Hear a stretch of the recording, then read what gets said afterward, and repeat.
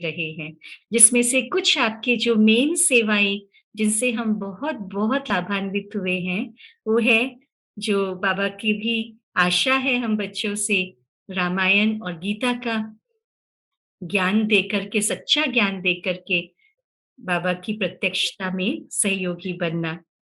आपकी विशेषताओं से आपको बहुत सारे अवार्ड भी मिले हैं। मधुबन का या पूरे हमारे भारत का कोई भी कार्यक्रम हो, आप उसमें ज़रूर अपना सहयोग रखती हैं।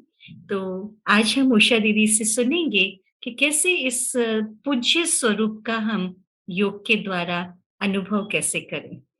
आदरणीय उषा दीदी।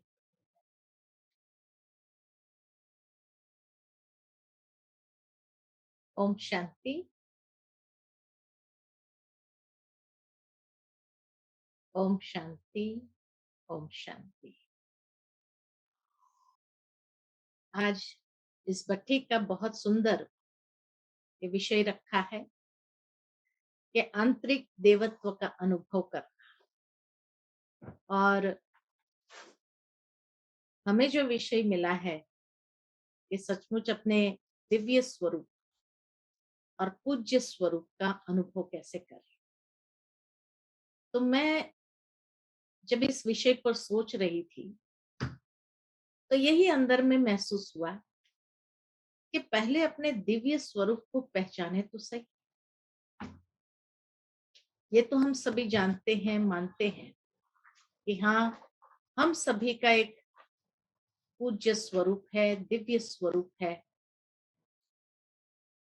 वो देवता रूप चित्र में हमने जरूर देखा है, लेकिन वास्तव में वो दिव्य स्वरूप हमारा इस समय कैसे इमर्ज हो और क्यों इमर्ज करना है, क्या इसका महत्व है। देखा गया है कि हमेशा बाबा कहते रहे आदि सो अंत। आदि के समय में भी हर एक को ब्रह्मा बाबा का वो दिव्य स्वरूप का साक्षात्कार हुआ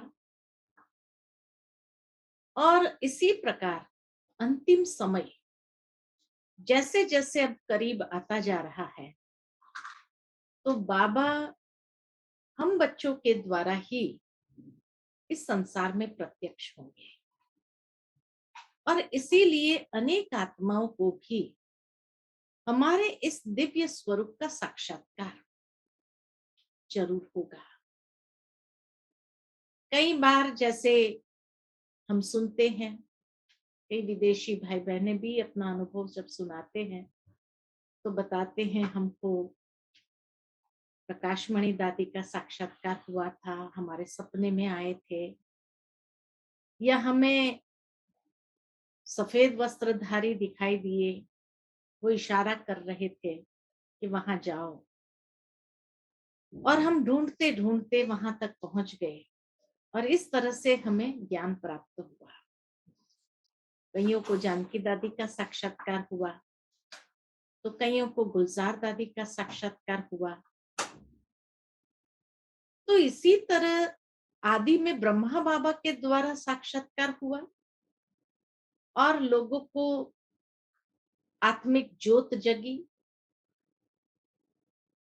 मध्य में कईयों को दादियों का साक्षात्कार हुआ और अभी अंत में हम बच्चों द्वारा बाबा की प्रत्यक्षता जब होनी है तो हमारे द्वारा ही बाबा साक्षात्कार की लीला रचाएंगे और वो अनुभव सबको कराएगा।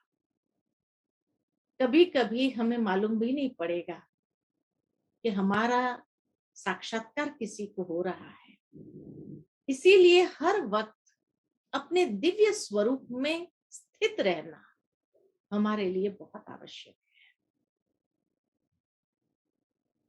कई बार बाबा ने अव्यक्त मुरलियां मैं जब याद करती हूँ उन दिनों की 90s की मुरली में, तो बाबा ने कई बार बच्चों से पूछा भी कि क्या बाबा पर्दा उठाए, मूर्ति तैयार है।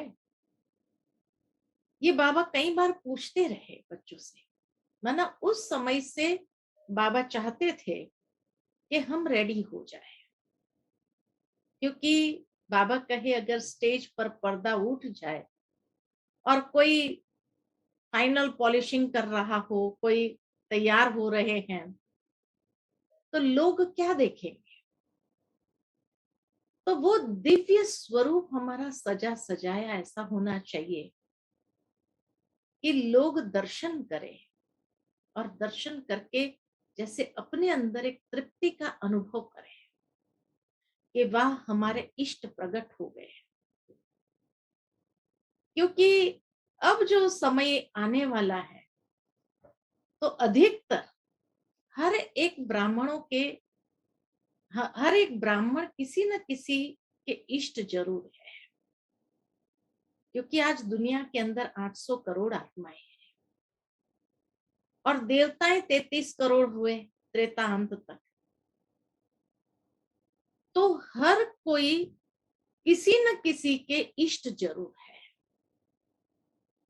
ऐसा कोई भी नहीं होगा कि जो कहे भाई हम तो दास दासी बनने वाले हैं या हम तो पता नहीं इतना श्रेष्ठ पद पा नहीं सकेंगे, तो हमारा थोड़ी साक्षात्कार होने वाला है।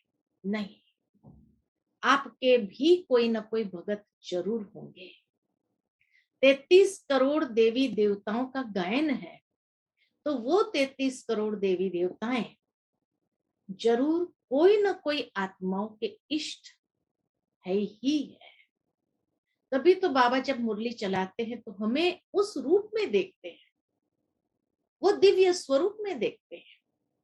इसलिए ये नहीं समझे कि पता नहीं हमारा साक्षात्कार किसी को होगा या नहीं होगा, लेकिन हर एक का इष्ट, आप किसी न किसी के इष्ट है तो उसको तो आपका साक्षात्कार होगा ही।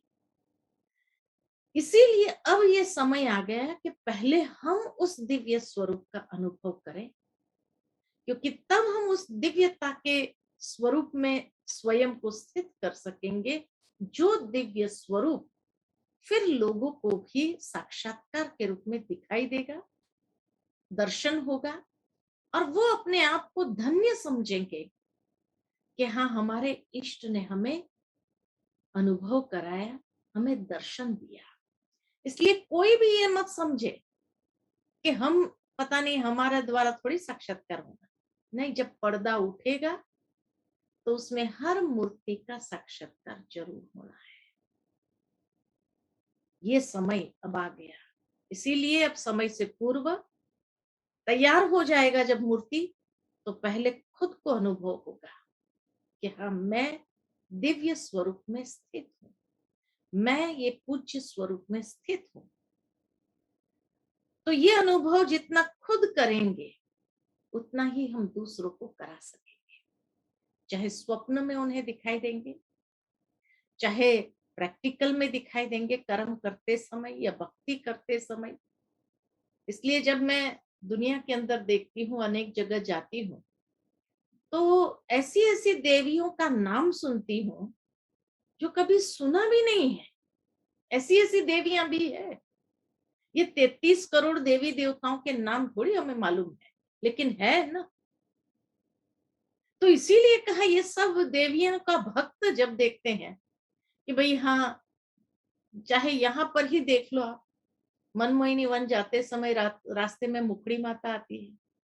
अब मुखड़ी माता है ना, लेकिन है ना माता, है ना वो देवी, किसी न किसी इष्ट की देवी तो है। चाहे कोई भी समाज वालों की देवी हो, हर एक समाज वाले की भी अपनी अपनी देवी है।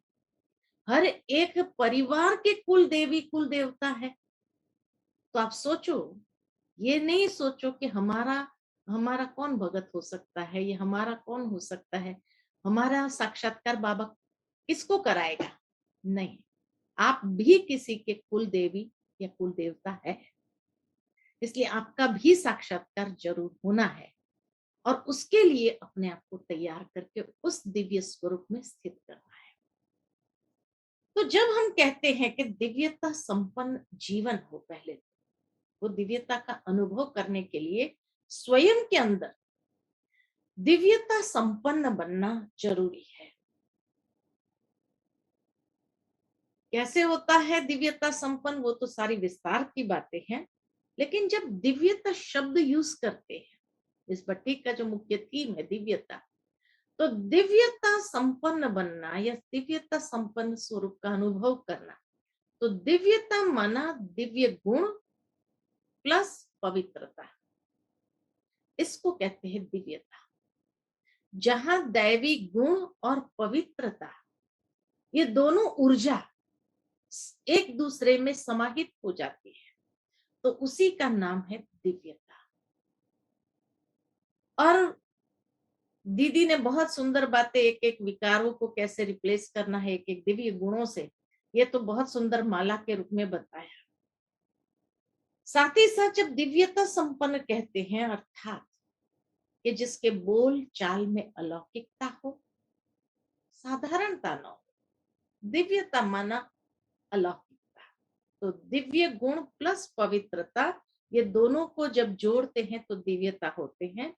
और उसके बोल चाल में अलौकिकता हो, हर कर्म चलन और चेहरा बताए कि ये जैसे दर्शनीय मूर्त है, उस रूप में अपने आप को आप महसूस करें। और दूसरे भी तब, क्योंकि जब खुद पहले उस स्वरूप में अपने आप को देखेंगे तो दूसरों को भी सहज दिखाई देगा, महसूस होगा। अगर तैयार नहीं हुए, ये दिव्यता संपन्न स्वरूप में तैयार नहीं हुआ समय से पहले, तो समय तैयार करेगा। और समय जब तैयार करता है तो शायद वो थोड़ा कठिन लगता है, या थोड़ा अंदर पेनफुल लगता है कि पता नहीं अब कैसा होगा। लेकिन अगर समय से पहले तैयार नहीं हुए तो क्या होगा? उसी का नाम है खंडित मूर्ति। क्योंकि कोई अंग हमारे तैयार नहीं है, हमारी दृष्टि तैयार नहीं है, हमारे बोल चाल ठीक नहीं है, हमारा व्यवहार ठीक नहीं है, तो माना उस जगह से हम खंडित रह गए। तो वो खंडित रह गए अगर हमारा आशीर्वाद का हाथ नहीं है। आशीर्वाद का हाथ ये तो एक प्रतीक है, लेकिन हर समय हमारे मन से हर एक आत्मा के प्रति शुभ भावना, शुभ कामना, दुआएं निरंतर प्रवाहित होती रहे। अगर नहीं हो रही है तो माना ये आशीर्वाद का हाथ नहीं हुआ ना। जो देवियों के हमेशा मूर्तियों में दिखाते हैं कि एक मुद्रा हमेशा आशीर्वाद की, चार भुजा होगी तो तीन भुजाओं में कोई ना कोई अलंकार होगा। एक भुजा, चाहे साक्षात लक्ष्मी का भी देख लो, एक भुजा ऐसी ही होती है, एक हाथ ऐसा ही होता है। माना उनका निरंतर मन से भी वो शुभ भावना, शुभ कामना सर्व आत्माओं के प्रति प्रवाहित रहती है। अब अगर नहीं रह रही है, बीच बीच में हमारे अंदर से कुछ और भी भावनाएं प्रवाहित होने लगती है, नेगेटिव नहीं तो साधारण भावनाएं भी निकलने, माना ये हाथ मुद्रा नीचे हो जाती, तो खंडित हो गई। तो खंडित मूर्ति के लिए बाबा क्या कहते हैं? खंडित मूर्ति माना वो पूजा के स्थान में नहीं रखी जाती है, खंडित मूर्ति को हमेशा म्यूजियम में रखा जाता है। तो हम कौन सी मूर्ति बनना चाहते हैं? मंदिर में स्थापित होने वाली या म्यूजियम में रखी जाने वाली? तो इसीलिए समय से पहले मुझे तैयार होना आवश्यक है। जब समय से पहले मैं संपूर्ण रीति से तैयार हूं, आई एम रेडी, मना ये हाथ ऐसा होना शुरू हो गया। निरंतर हमारे हर इंद्रिया जैसे वो शुभ भावना, शुभ कामना प्रवाहित कर रही है। अच्छा, दूसरा दिव्य का संपन्न जीवन बनना माना क्या? तो सबसे पहले अगर कोई भी देवी या देवताओं के मूर्तियों को देखो तो कैसी होती है? वो दर्शनीय मूर्त का दुनिया में भी, जैसे कोई देवी देवताओं के मंदिर में जाते हैं तो बाबा कहते हैं जहां जिसकी विधि सर पूजा होती है, तो विधि सर हर हर समय की भी एक पूजा होती है। तो हर समय सुबह में जब वो पट खोलते हैं, वो पर्दा खुलता है देवी के दर्शन के लिए या देवता के दर्शन, श्री कृष्ण के दर्शन के लिए या श्री राम के दर्शन के लिए भी। तो जैसे ही वो पर्दा खुलता है तो सबसे पहले क्या होता है? श्रृंगारी हुई मूरत, श्रृंगारी हुई मूरत होती है। और उसमें भी विशेष प्रसिद्ध है 16 श्रृंगार का, 16 श्रृंगार, यानी ऐसे संपूर्ण 16 कला संपन्न बनना, तभी तो दर्शनीय मूर्त बनेंगे। उसके लिए स्वयं को संपन्न बनाने का एक प्रैक्टिकल प्लान हमें अपने लिए, ये 16 श्रृंगार जो है वो मेरे कौन से होने चाहिए। तब जाकर के जब पट खुले तो मैं एकदम, वो पर्दा खुले तो मैं एकदम तैयार और रूप में सबको दिखाई दूं। तो वो 16 श्रृंगार जो है अपने धारण करने हैं, चाहे चिंदी से लेकर के एक बाबा की याद, है ना, बिंदी, हर एक आत्मा को आत्मिक रूप से देखना, ये हीरा डायमंड यहाँ चमक रहा हो निरंतर, वो बिंदी लगी हुई हो, है ना, फिर नैन इतने रूहानियत से संपन्न, जैसे सर्व के प्रति कल्याण की भावना प्रवाहित कर रहे हैं, रहम दिली दृष्टि हो, करुणा जिसमें समाई हुई हो,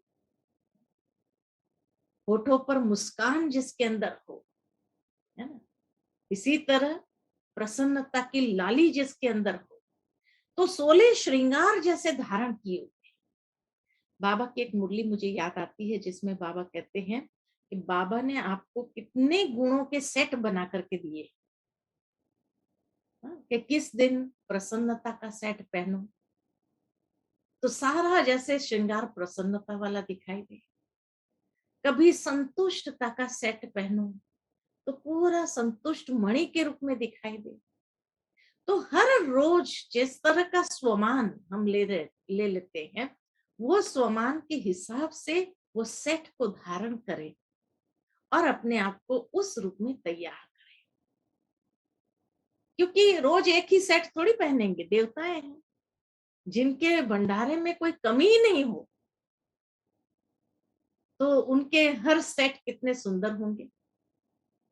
मुझे याद आता है कि बाबा की जीवन कहानी जब सुनते हैं तो उसमें ब्रिजेंद्रा दादी, आप लोगों में से शायद ही किसी ने देखा होगा ब्रिजेंद्रा दादी, 90s में ब्रिजेंद्र दादी ने बॉम्बे में शरीर छोड़ा था। और ब्रिजेंद्रा दादी माना साकार बाबा की लौकिक में बड़े बेटे की बहू, बड़े बेटे की वाइफ थी वो। तो कहा जाता है, आप उसमें भी पढ़ेंगे बाबा की जीवन कहानी में भी, कि कितना बाबा की अमीरी थी उस वक्त। तो बाबा का नाम तो बहुत था, एक सात्विक व्यक्ति के रूप में, बहुत इज्जत वाले व्यक्ति के रूप में मशहूर थे सारे पंजाब सिंध में। तो नेचुरल है कि जब उसके बड़े बेटे की शादी करनी थी तो ब्रिजेंद्रा दादी का पिताजी नहीं था, तो भाई आया था बाबा से बातचीत करने के लिए। तो उसने उस समय बाबा से कहा, मेरी बहन जमीन पर पैर नहीं रखेगी, मखमल के गलीचे पर ही चलेगी। बाबा ने कहा हो जाएगा। फिर उसका भाई भी बहुत बड़ा बिजनेसमैन था, बहुत अमीर था और बड़ा जौहरी था उसका भाई भी। तो उसने कहा कि मेरी बहन के लिए हर रोज एक नया सेट होगा पहनने के लिए। तो अलग अलग रत्नों का, हीरो का, सोने का। तो दादी बताती थी, मुझे याद आता है कि दादी बताती थी कि एक कमरा ऐसा था जहां एक दीवार पूरी, अलमारी जो थी उसमें सारे हीरे के सेट थे, एक अलमारी जो थी अलग अलग रत्नों के सेट थे, एक अलमारी थी पूरे सोने के सेट थे, ऐसी पूरी अलमारी जैसी।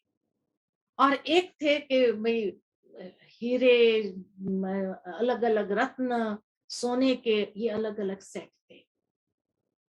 निर्मल शांता दादी बताती थी कि एक बार मैं सोने की चूड़ियां पहन रही थी और पहनते पहनते एक चूड़ी नीचे गिर गई।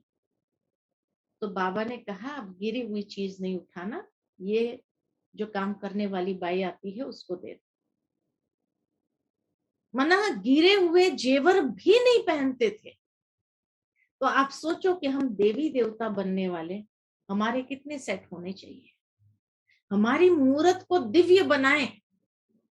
तो जो बाबा ने सेट दिए, एक दिन संतुष्टता का सेट पहनो, एक दिन प्रसन्नता का सेट पहनो, एक दिन पवित्रता का सेट पहनो, एक दिन, तो इतने जो सेट बाबा ने दिए हैं हम बच्चों को।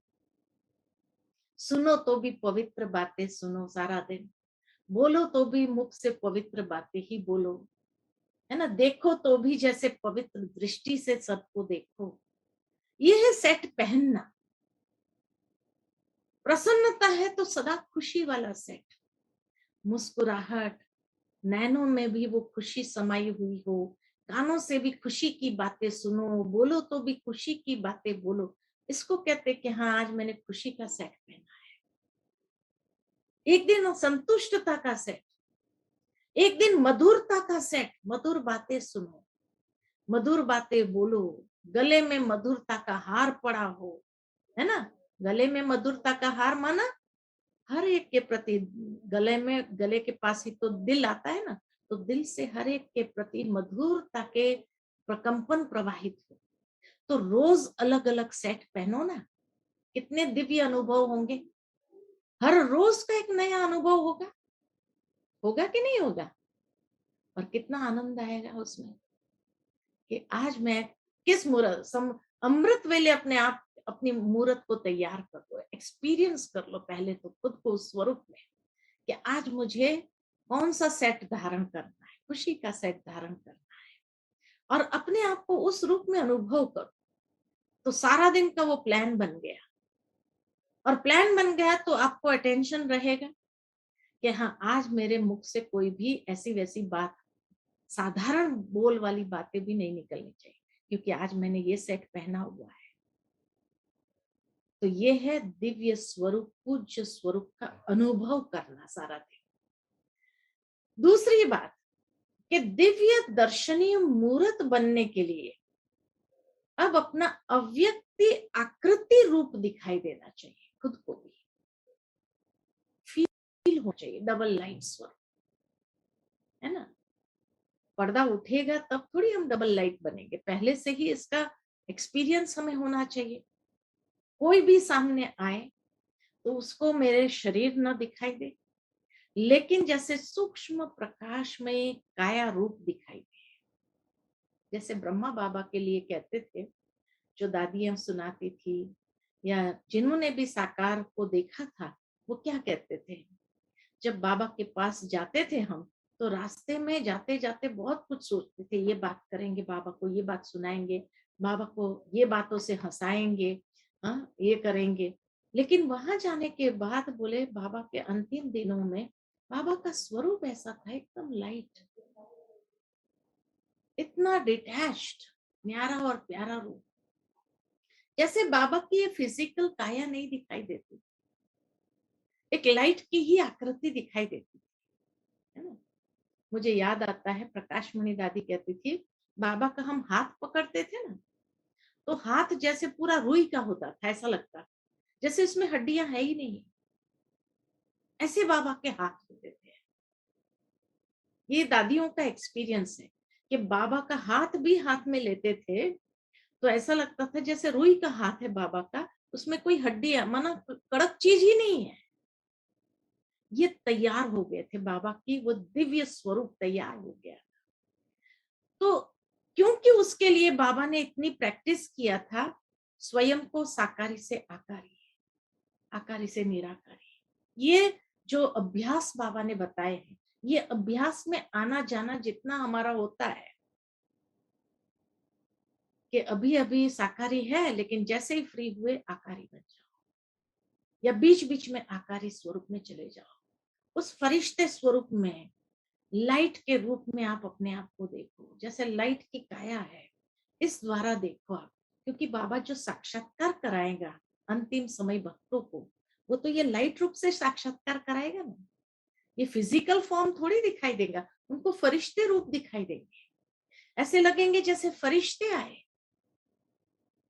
तो इसी तरह अगर मुझे दिव्य दर्शनीय मूर्त बनना है, वो दिव्य स्वरूप, पूज्य स्वरूप हमारा, उसका साक्षात्कार होना कराना है, या इष्ट इष्ट बन करके अपने भक्तों को वो अनुभव कराना है, तो उसके लिए मुझे ये लाइट, डबल लाइट स्टेज, कर्म अंत घड़ी तक नहीं छोड़ना है। मैं कल संडे है, कल संडे की मुरली बाबा की पढ़ रही थी।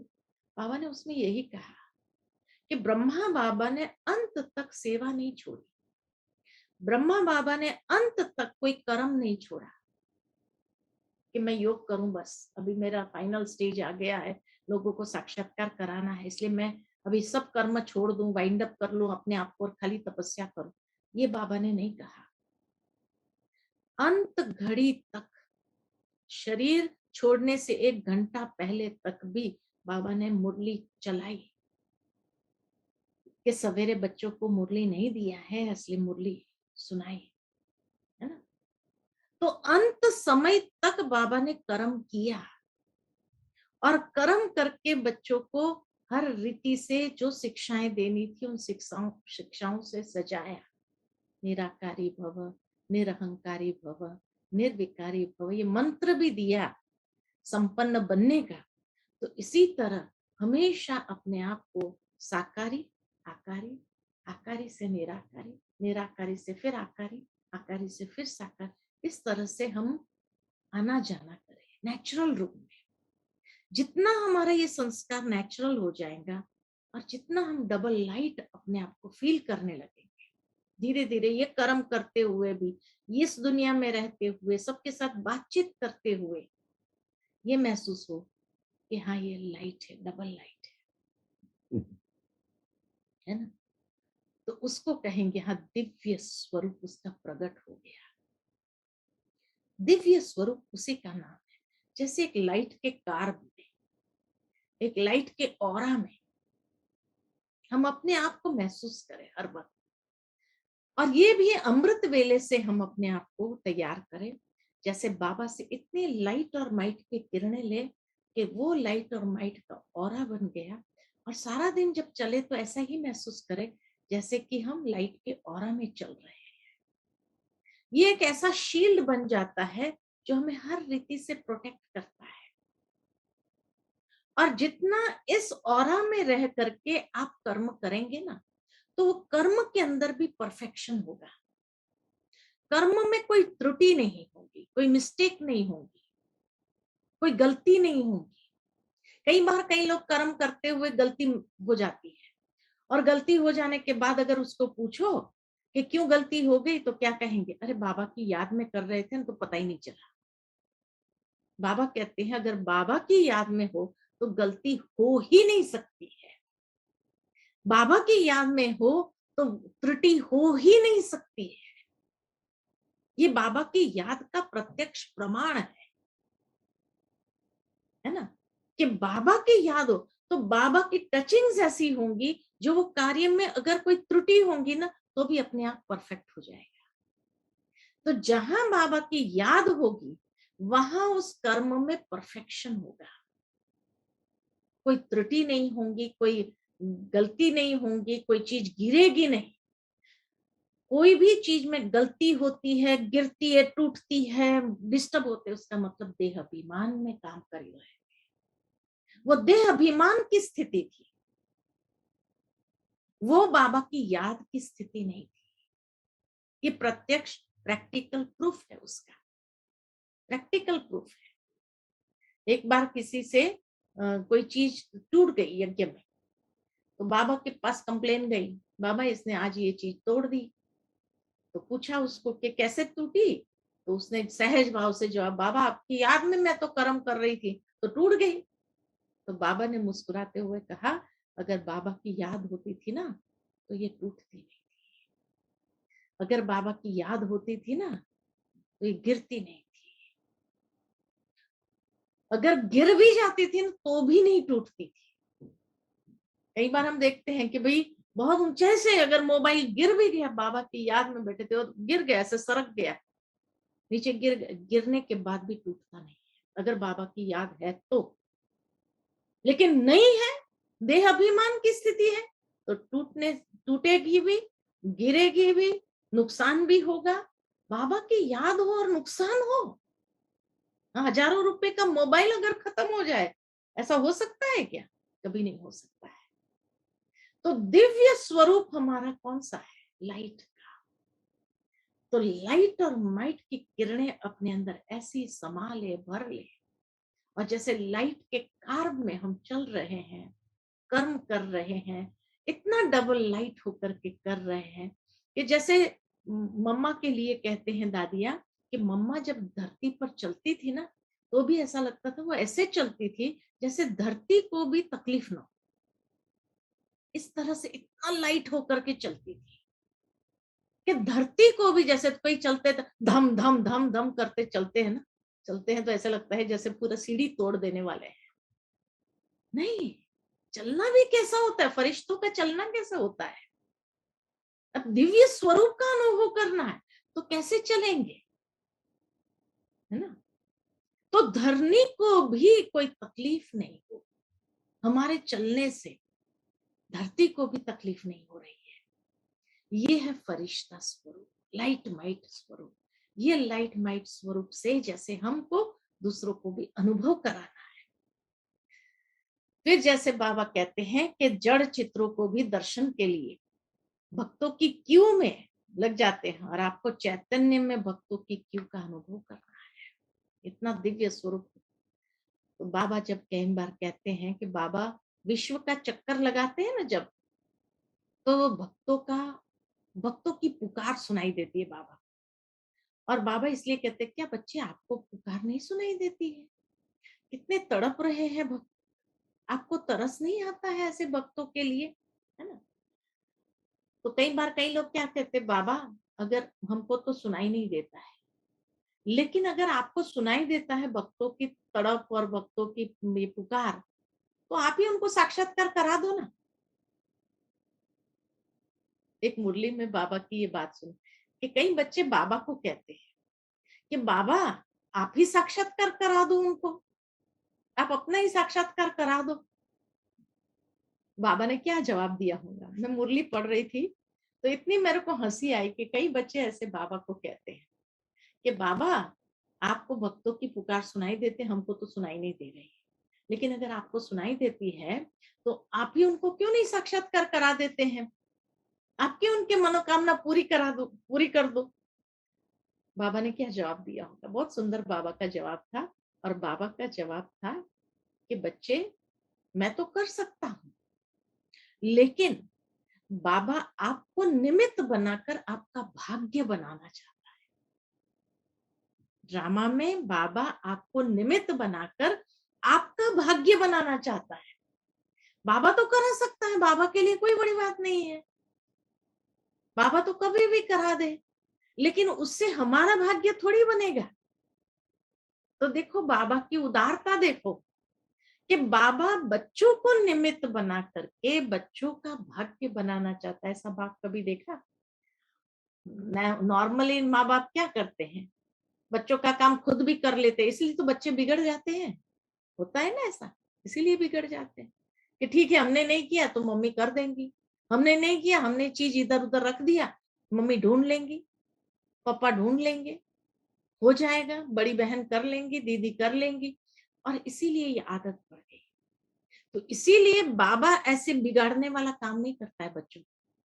बाबा क्या करता है, बाबा कहते हैं बच्चे बन जाओ, ये तुम्हारे भगत है, और तुम्हारे भगत को तुम्हें सेटिस्फाई करना पड़ेगा, और तुम्हें सेटिस्फाई करना है, तुम्हारे सामने लाइन लगेगी, वो तेरे गुणगान करेंगे, तो उसकी मनोकामना भी किसको पूरी करना पड़ेगा, मनोकामना भी तो हमें ही पूरी करना पड़ेगा ना, वो फिर बाबा थोड़ी करेगा। इसीलिए बाबा कहे, बाबा ने ड्रामा में ये विधि बनाई है कि आपको निमित्त बना करके बाबा आपका भाग्य बनाना चाहता है। और इसीलिए भक्तों को अगर मुझे प्रसन्न करना है तो कैसे करेंगे, कैसे करेंगे, भक्तों की इच्छाओं को, उनकी मनोकामनाओं को पूर्ण करना है तो कैसे करेंगे, कौन सी धारणा चाहिए उसके लिए। अगर मुझे भक्तों की इच्छाओं को पूर्ण करना है, उनकी पुकार है, और उनकी पुकार में मुझे उसकी इच्छाओं को पूरा करना है, क्योंकि तभी बाबा मेरा भाग्य बनाएगा, है ना। तो कैसे करेंगे, तो उसके लिए बाबा ने बहुत सुंदर बात बताई। बाबा ने कहा कि उसके लिए आपको खुद इच्छा मात्रम अविद्या वाली स्थिति चाहिए। अगर आपको ही चाहिए चाहिए चाहिए, आज की मुरली सुनी होंगी आप सभी ने, आज भी बाबा ने एक, अगर आपको ही है कि मुझे ये चाहिए वो चाहिए वो चाहिए वो चाहिए, मांगते रहेंगे, तो आप किस श्रेणी में है? भक्त किस श्रेणी में है? या भक्तों की मनोकामना पूर्ण करने वाले दिव्य स्वरूप में है? तो इसीलिए मुझे अगर भक्तों की मनोकामना पूर्ण करना है, तो मेरी चाहिए चाहिए की चाह नहीं होनी चाहिए। जैसे दुनिया में भी माँ बाप को देखो, जब तक वो यंग है, जब तक बच्चे नहीं हुए होते हैं, तब वो सब कुछ ये चाहिए वो चाहिए, सब कुछ एंजॉय करते हैं। लेकिन जैसे ही बच्चे आ गए, बच्चे पैदा हो गए, तो अपनी इच्छाओं को त्याग करना चालू कर, इनकी इच्छाएं पूरी करना है, इनकी इच्छाओं को पूरा करना है कि नहीं ऐसा? तो ठीक इसी तरह बाबा कहे, अब आपके अगर इतने भक्त हैं, वो पुकार रहे हैं, अंतिम समय आ गया है, और आप फिर भी अपने चाहिए चाहिए की चाहना में रहेंगे, तो उनकी चाहनाओं को, उनकी इच्छाओं को, उनकी मनोकामनाओं को कब पूरा करेंगे? तो इसीलिए उसके लिए धारणा बाबा ने यही बताई कि मुझे अगर अपने पूज्य स्वरूप में अपने भक्तों की मनोकामनाओं को पूर्ण करना है, तो मुझे पहले खुद इच्छा मात्रम अविद्या की स्थिति में होना चाहिए। जितना मैं खुद इच्छा मात्रम अविद्या की स्थिति में हूं, तब मैं उन भक्तों की मनोकामनाओं को पूर्ण कर सकती हूँ।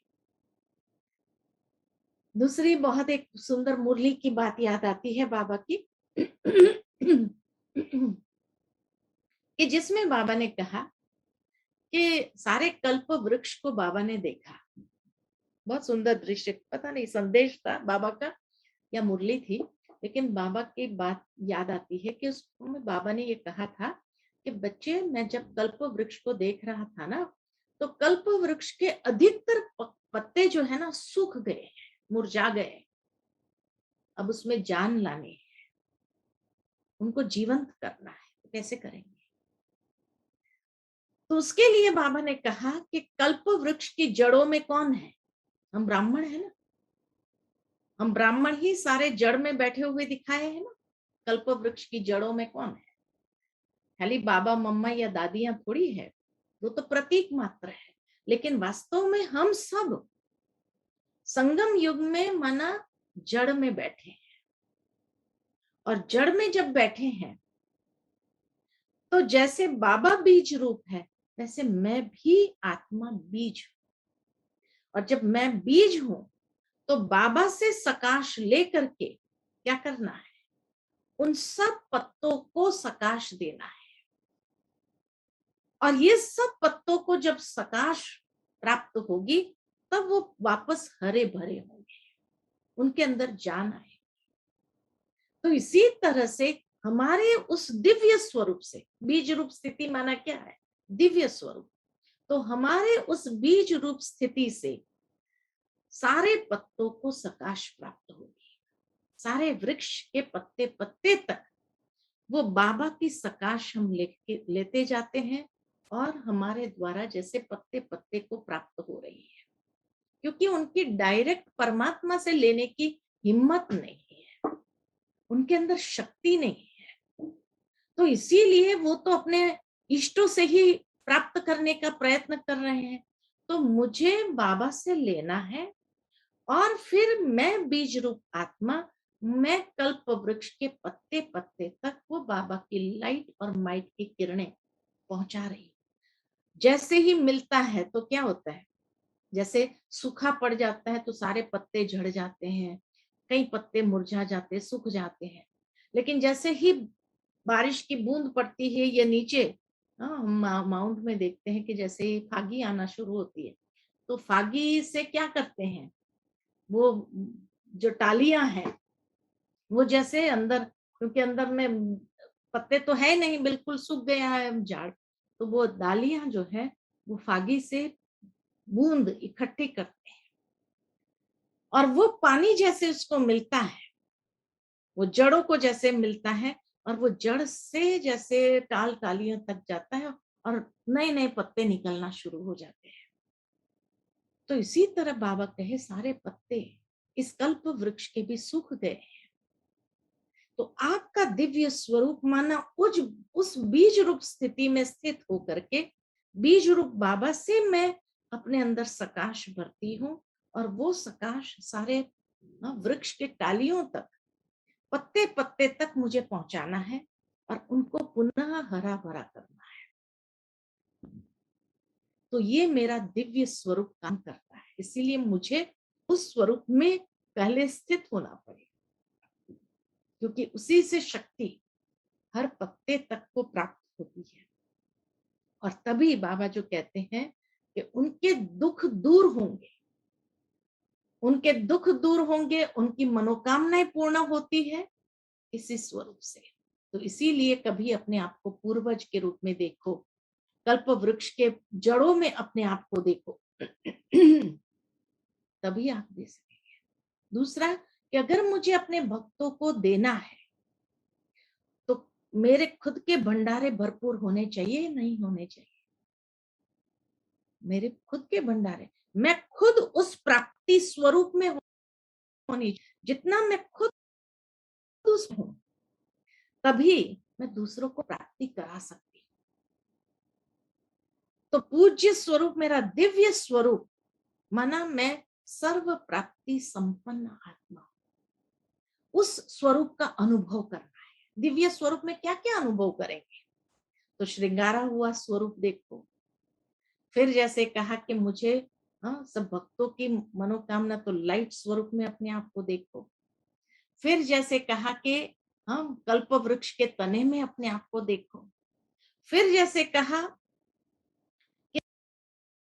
कि में अपने आप अनुभव करो, और सर्व प्राप्ति संपन्न स्वरूप में अपने आप को अनुभव, दिव्य स्वरूप ये अनुभव करना है। खाली दिव्य स्वरूप हो जाएगी, चीजें अनुभव करेंगे, प्राप्ति स्वरूप स्वयं को महसूस करेंगे कि पाना था सो पा लिया, नहीं रहा, सर्व प्राप्तियों से भरपूर। जैसे बाबा कई बार कहते हैं आधा घड़ा होता है ना, छलकता ज्यादा है ना। आधी गगरिया होती है तो क्या करती है, वो हिलती ज्यादा है, लेकिन जो भरी हुई होती है वो हिलते नहीं। यानी मैच्योर स्वरूप मेरा, गंभीर स्वरूप, जैसे मम्मा का स्वरूप देखते हैं आज भी फोटो में दिखाई देता, कितना भरपूर, जैसे अंदर से भरपूर है, इतनी गंभीर मूर्त, इतना परिपक्व स्वरूप है ना। तो ये स्वरूप है, ये स्वरूप का मुझे अनुभव करना है। दिव्य स्वरूप का अनुभव करना मन, मुझे संपन्न, प्राप्तियों से संपन्न स्वरूप में अपने आप को देखना है,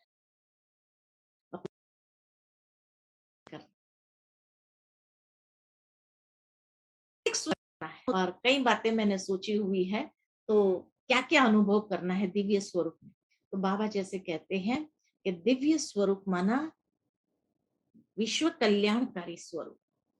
तो विश्व कल्याणकारी कौन बन सकता है? जिसके पास स्वदर्शन चक्र है, जो खुद स्वदर्शन चक्रधारी है। तो स्वदर्शन चक्रधारी ही विश्व दिव्य दर्शनीय मूर्त है।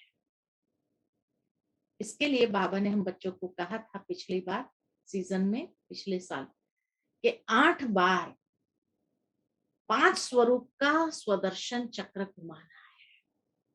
सारे दिन में 8 बार कम से कम, 8 बार कम से कम स्वदर्शन चक्र, 5 स्वरूप का चक्र घुमाना है। ये स्वदर्शन चक्रधारी बनना है, अपने पांचों स्वरूप का दर्शन करना है। ऐसे जो स्वदर्शन चक्रधारी, ऐसे जो अपने आप में अनुभव करते हैं, वही दिव्य दर्शनीय मूर्त दुनिया के लिए भी बन जाती है और दूसरों को भी अनुभव करा सकते हैं। तो इसीलिए कहा कि हमारे हर संकल्प में स्वदर्शन हो, दिव्य दर्शन हो। क्या मैं अपना वो दिव्य दर्शन बार बार करते हुए उसको महसूस करती हूँ, या खाली एक कहा है बाबा ने इसलिए कर दिया स्वदर्शन चक्र 5 स्वरूप, या मैंने प्रैक्टिकल उसको महसूस किया? फिर देखो, मेरे संकल्प दिव्य है, मेरी दृष्टि दिव्य है, मेरे बोल दिव्य है, मेरे कर्म में दिव्यता दिखाई देती है ना? क्योंकि जो कर्म हम करते हैं वही तो बताते हैं कि हमारी आंतरिक स्थिति, हमारा आंतरिक स्वरूप कौन सा है। तो ये चेक कर, और खाली मुझको अनुभव होता है या मेरे संग में जो आता है वो भी कहता है कि हाँ, आज आप में अलग फीलिंग आ रही है, आप अलग लग रहे हो। तो जब मैं खुद अनुभव करती हूँ, उसको महसूस करती हूँ, तब मेरे द्वारा दूसरों को भी सहज इसका अनुभव हम करा सकते हैं। भावार्थ ये कि जब कहते हैं दिव्य संकल्प है, दिव्य मूर्त है हम, तो दिव्य मूर्त का मतलब क्या हुआ? कि जिसमें साधारणता ना, दिव्य स्वरूप माना साधारणता नहीं, दिव्य स्वरूप माना देवता होता है। और इसीलिए कहा दिव्यता सो देवता स्वरूप, क्योंकि यही दिव्यता से हम ट्रांसफर हो जाएंगे देवता स्वरूप में। तो दिव्य स्वरूप सो देवता स्वरूप, फरिश्ता स्वरूप अर्थात दिव्यता स्वरूप। तो फरिश्ता स्वरूप हो या तो फिर देवता वाला स्वरूप को, देने वाला, है ना? हर एक को देना है, किसी से लेने की भावना नहीं रखो, देना है, देना है, देना है। किसी को शुभ संकल्प दो, किसी को सहयोग दो, शुभ भावना, शुभ कामना दो, दुआएं दो, खुशी दो, जो आप दे सकते हैं। कोई चीज वस्तु पैसे की बात नहीं है, वो तो हिसाब किताब बनता है। इसलिए आज भी बाबा ने मुरली में कहा, और कल परसों की मुरली में भी बाबा ने मना किया था, कल की मुरली में भी बाबा ने मना किया था, ना किसी से मांगना है, ना किसी से कोई कर्म का हिसाब किताब बनाना है लेन देन करके। लेकिन देवता माना देने वाला, तो देना क्या है? तो शुभ भावना दो, दुआएं दो, खुशी दो, रहम, करो किसी के ऊपर, या किसी को कोई बात का सहयोग दे दो, किसी को खुशी दे दो, उमंग उत्साह के बोल बोलो आप, ये देना है। ये देवता स्वरूप है, ये हमारा दिव्य स्वरूप है। और ये दिव्य स्वरूप द्वारा ही अनुभव होगा उनको कि जैसे सचमुच आप तो एक साक्षात फरिश्ता बन करके हमारे, जैसे कई बार नहीं हम देखते हैं किसी को बहुत आवश्यकता है, अकेला कोई कर रहा है रास्ते में, अचानक किसी की गाड़ी खराब हो गई, और अभी उसको तो आता नहीं है कैसे उसको ठीक करे, क्या करे, और अचानक कोई आकर के ठीक करके निकल जाता है। और फिर आपको आता है ये तो जैसे ऐसे आया, जैसे फरिश्ता आया, मदद करके चला गया, हमने तो उसका नाम भी नहीं पूछा कौन था ये। ऐसे बाबा कहे, नाम मान शान की भी इच्छा ना हो, सहयोग दो और वहां से शांति से निकल जाओ। अपेक्षा नहीं कि मैंने सहयोग दिया तो कम से कम मेरा नाम मान शान तो ले, मुझे शान तो दे, या मेरा सम्मान तो करे, या मुझे थैंक्स तो कहे। ये भी अपेक्षा नहीं, थैंक्स वाली अपेक्षा भी नहीं। इतना उसको कहेंगे कि हाँ, देवता स्वरूप, दिव्य स्वरूप। जितने जितने दिव्यता की शक्ति हमारे हर कर्म में लाते जाएंगे, उतना ही सबके मन से, मुख से यही बोल निकलेंगे, ये तो जैसे फरिश्ता है, ये फरिश्ता बन करके हमारे जीवन में आया, हमें मदद किया, हमें भगवान तक पहुंचा दिया, और जैसे गायब हो गया। तो सर्व आत्माएं भी ये स्वरूप देख करके प्रसन्न होंगी, और उनकी प्रसन्नता ही, जब किसी आत्मा को प्रसन्नता मिलती है तो उनकी प्रसन्नता जैसे हमारे लिए क्या बनती है, गोल्डन पुष्पों की वर्षा महसूस होने लगती है। देवताओं के ऊपर फूल वर्षा करते हैं ना, तो फूल वर्षा स्थूल की बात नहीं है, लेकिन मेरे द्वारा किसी को सुख मिला, मेरे कर्म के द्वारा किसी के जीवन में खुशी आई, प्रसन्नता आई, तो उनकी प्रसन्नता ये मेरे ऊपर जैसे गोल्डन पुष्पों की वर्षा करती है। ये आपका दिव्य स्वरूप आपको फील होना चाहिए, है ना? ये महसूस करना है, इसका अनुभव करना है। तो ऐसी श्रेष्ठ आत्मा के हर कर्म क्या बन जाएंगे? चरित्र बन जाएंगे। जैसे कृष्ण का चरित्र गाते हैं ना, तो हर कर्म चरित्र बन जाता है। और हर कर्म के लिए जैसे हर कोई गायन करता है, जैसे बाबा के हर कर्म का, कि बाबा धोबी घाट में पहुंच जाता था, बाबा अनाज सफाई करने लिए बाबा मम्मा दोनों बैठ जाते थे। तो ये क्या है?